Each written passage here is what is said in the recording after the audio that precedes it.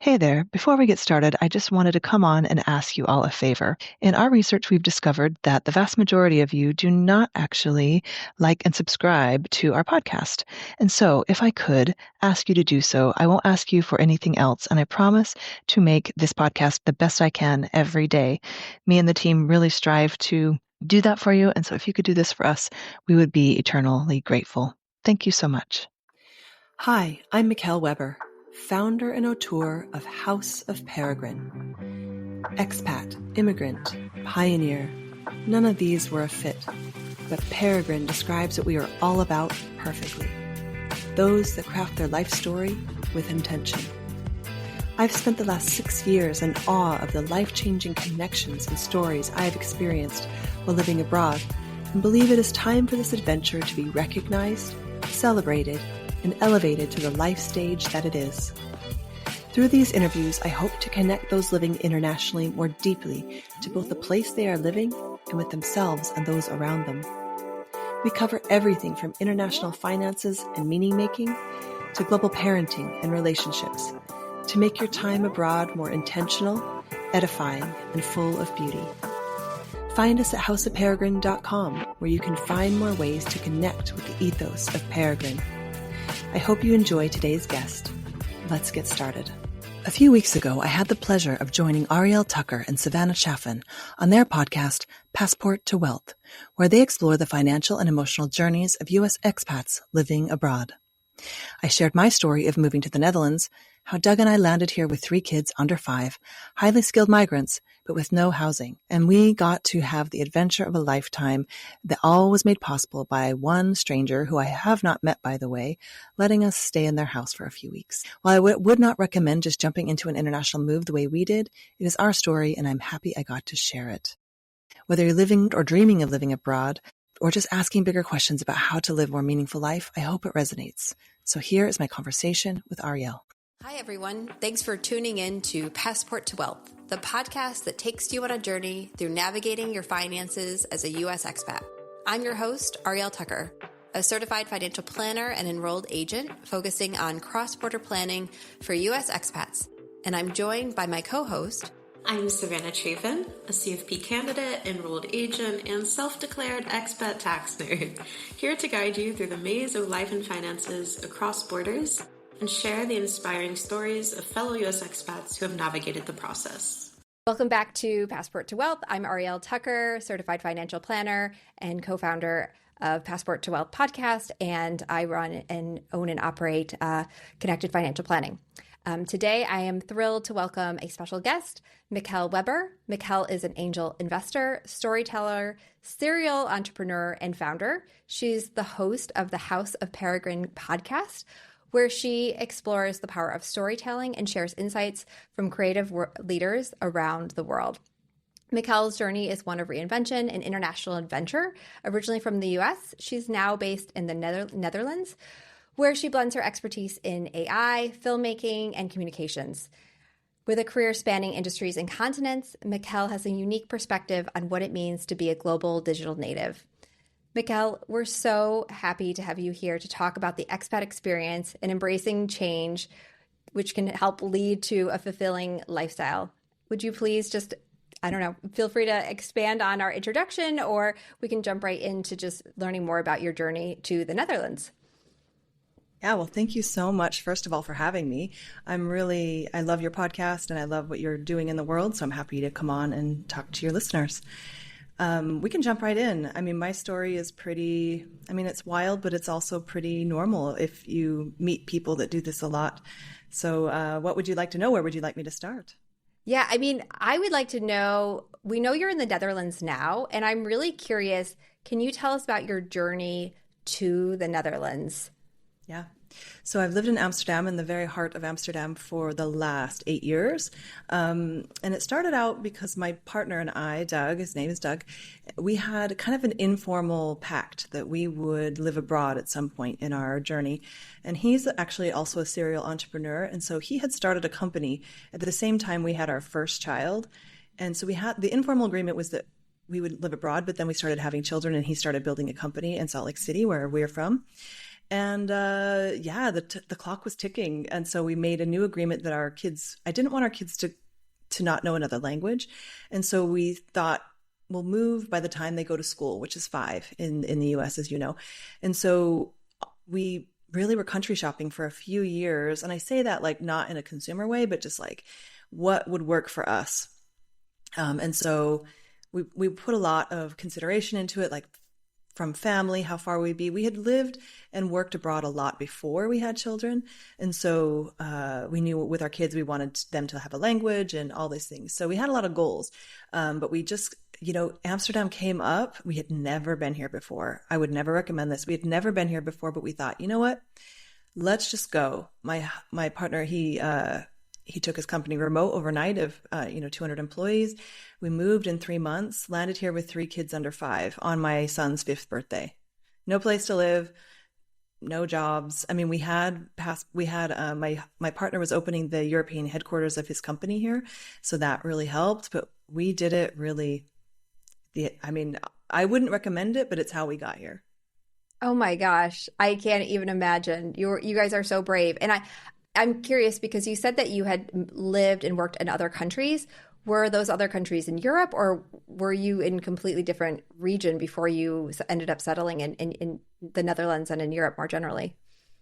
So we were based in Salt Lake City, but it's like a Delta hub. So whenever I was working advertising at the time, and my partner was doing startups, and so we would go to Asia for a few weeks or months. And then we went to Canada for a few weeks or months. And so we kind of went all over the world. And that was kind of part of the process of country shopping, was we were like, how does this feel to live? Because we were both traveling so much. I went to Nepal. Like that's a famous story in our family. I found out I was pregnant and flew to Nepal the next day and was in the Himalayas. So we were traveling a lot during that time already.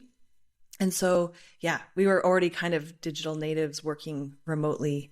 This was in the early 2000s so it was pretty early to be doing that, or maybe 2011, 10, 9.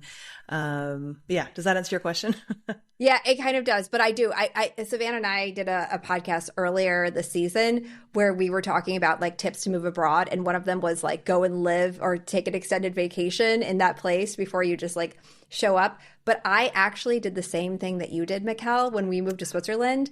Yeah. My husband and I had both been to Germany. So I was like, it's Switzerland. It's very similar. And we showed up with like, all of our stuff and no housing, nothing, and made it work. So sometimes when that desire is so deep and you have that travel experience already, right? This isn't your first rodeo. Then honestly, if you're just ready to go, just rip the Band-Aid off and try it out. So I actually love that as part of your story. Yeah, me too. I mean, it's like having kids or any big decision. There's never a good time unless you're coming with a company, like officially, then maybe. But for us being entrepreneurs, it was just, we had to go when it was time to go. Yeah. Wow. And, settling in with 3 little kids under the age of 5, I mean, do you have any tips for finding good housing and getting settled into like the daycare and KETA system? I mean, how did you do it? How did you handle it? I always say this is why I started House of Peregrine. But it really is, we really just said what we wanted and asked people. And we found a place to live for 2 weeks. I mean, it's everyone who knows what this journey is like is willing to extend kindness. And I say that, of course, you have to have the right attitude. But there is a network of people who live around the world who have done this and know what it's like. And so tapping into that as early as possible is what I did. And there still is a great group called Amsterdam Mamas. It's a Facebook group. And I didn't find it till I got here, but you can't apply till you get here. And I didn't really find much through that, but I felt like I had a lot of support just from tapping into the international community, through different groups. You mentioned Facebook groups, which we've mentioned before. I think Facebook groups, especially in expat communities, is a great way to connect. And if you're like, oh, where should I, move or what should I do?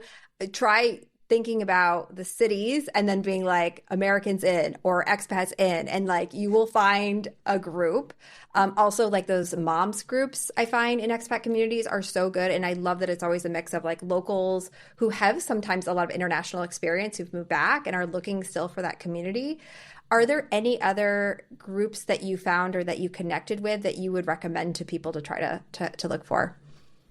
No, I think it's pretty common, but we were like, because we traveled so much, we were really looking to get into the city as fast as we could. So at first we were very much going, okay, we love Americans, we are Americans, but we want to meet Dutchies, we want to meet people from around the world. And I actually found that at my kids' school. And so I made a group of friends that were from 5 different countries, some of which my country had been at war with my entire childhood. And we had all left our countries for similar reasons, just for adventure, but also kind of recognizing, this was early 2016, that our countries were changing. We wanted something different for our daughters. And so that was an interesting group of women who were kind of feeling what was happening and coming together around this idea that we wanted something different for our children, even though we felt very lucky with how we grew up. Yeah, I think that resonates with so many of the people that we come across with in the expat. It's like growing up in the U.S. Obviously, that is coming from a place of privilege. Just having that U.S. passport, that's a place of privilege, but still acknowledging that the American dream, the classic American dream, was actually not my American dream, and looking for something else and finding that community of people who help you create community outside of your home country is so important. Yeah. And I thought it was just me. I thought it was, but also it wasn't. I think if I were to tell people something, it's run towards something and not away. Mm-hmm. I think after 8 years, from my story, we came in 2016 thinking our country was one way. And then, I was here for the election of 2016, and it was totally different than most people thought it was going to turn out. And that led me on a journey of like reckoning and looking at my own culture, and we're doing it again now. I mean, as American people, we're really, looking at some really polarizing things in our country. But I feel lucky that I wasn't running away from that. It was a personal experience. And so I would just, I don't know, I would just tell people to look at it as running towards something. I love that so much. I love that framing of it. And I don't know if I've heard it in the same way, especially in my role as, helping cross-border families. After the election, there was such an uptick of just, we have to get out of here, we have to get out of there. And I found I really don't like working with those people because they're running away. There's not the deep values or the deep understanding of what they're going to. And sometimes if you don't understand what you're going to, right, there's trade-offs, right? The Netherlands is not perfect either. There's a whole political situation that's unfolding in not only in the Netherlands, but across most of Europe, right? We have our own problems here. And so it's important to have that deeper understanding. And it's the same thing. Like, I don't tell people to give up their US passport just because they don't like paying taxes. There's so many deper things to consider than just, money and who's currently president, quite honestly. Well, and it gets you through because there are so many glamorous things about living in another country, especially a European capital. I live in a postcard. Like, I live in the center of Amsterdam. Yeah. I bike my kids everywhere.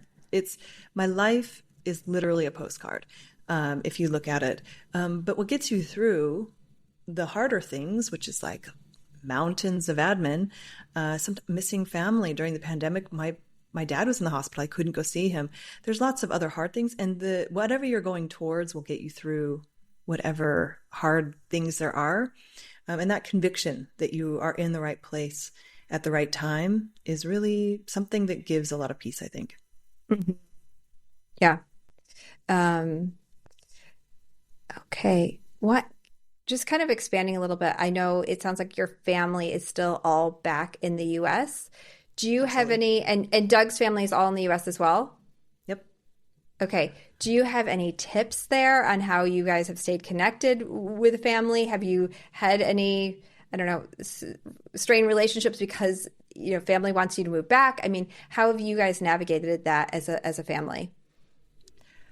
It's not easy. So I think all of our family is still mad at us in a very loving way. Because you are breaking, especially where we grew up in Salt Lake City, it's very family oriented. People tend to live close or come back when they have kids if they've gone away. And we kind of did the opposite. We really embrace meeting up in locations. We're really lucky. Their cousins, some of them can travel to us. And so we look at it as quantity over quality, or quality over quantity. Because we lived within 20 minutes of almost our entire families when we left. And that was tough. It was tough. There's a lot of mourning of leaving that life where you see your parents reliably. When you're living abroad, you can count on, your hands sometimes how many times you're going to see your parents again. You miss seeing your nieces and nephews grow up the way you might have if you lived there. And so again, it's that conviction that you're in the right place, where your little family, at least for us, we think our kids are in the right place for the goals we have for them.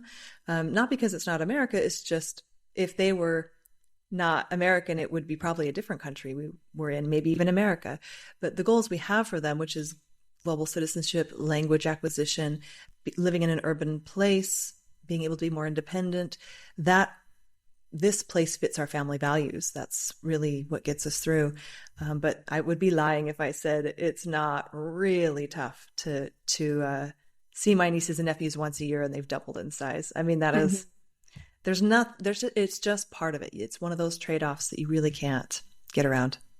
Yeah, no, that's something we've always been navigating, and it doesn't necessarily get easier. And as my parents have aged and, or have had health issues, that I feel a sense of guilt, missing out. But at the same time, same with you, we have such a deep understanding as a core family that we are in the right place for our family.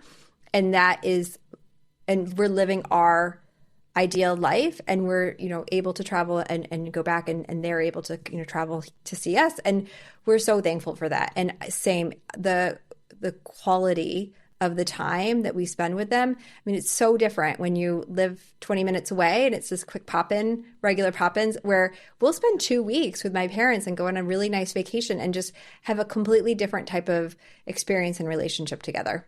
Yeah. And it really is. There's something about knowing that it's finite, that it puts it on the other end of the spectrum. You don't take each other for granted. But again, it is not for everybody. Yeah. I would be lying if I said it wasn't the worst part of living abroad. Yeah, it is. It's still hard. I know you are an angel investor, you're a serial entrepreneur. How has, your business opportunities or considerations of being invested, how has that changed since you've moved abroad in the last 8 years?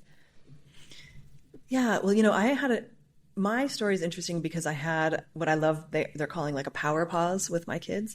So I worked in advertising for a lot of years, and then in angel investing, and had kind of a weird portfolio already of skills. And then I took an 8-year break to be with my kids, while my partner continued to build businesses and I continued to invest in other things, real estate.